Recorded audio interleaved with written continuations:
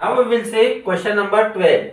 What should be subtracted from this trinomial to get this trinomial? मतलब इस trinomial में से कितना सब्ट्रैक्ट करो तो आपको ये ट्राइनोमियल मिलती है।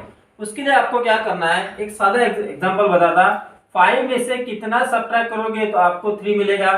अब ये आंसर आपके लिए आसान है, 5 में से 2 सब्ट्रैक्ट करोगे तो 3 मिलेगा।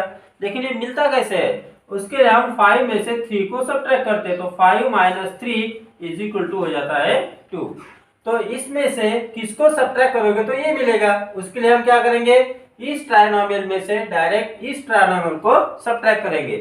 Therefore we will write here 3a + 7b - 10 minus इस ट्राइनोमियल को सब्ट्रैक्ट करना है, इसको लिखेंगे ब्रैकेट में, in bracket -2a - 7b + 9 bracket close. So is equal to we will get here 3a + 7b - 10 as it is लिखा। अब माइनस से इस पूरे ब्रैकेट को मल्टीप्लाई करो। सो माइनस इंटू माइनस ये हो गया +2a, माइनस इंटू माइनस हो गया +7b, माइनस इंटू प्लस हो गया -9 इक्वल टू।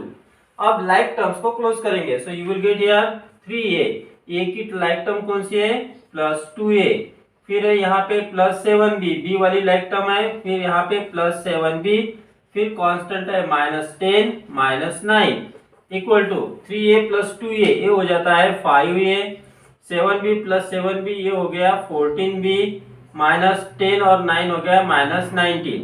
दोनों का जब सेम साइन होता है तो दोनों का ऐड करते हैं, जो साइन है वो देते हैं। So this is should be subtracted from this to get this. So we will write here last answer. Therefore 5a + 14b - 19 should be subtracted. Should be subtracted.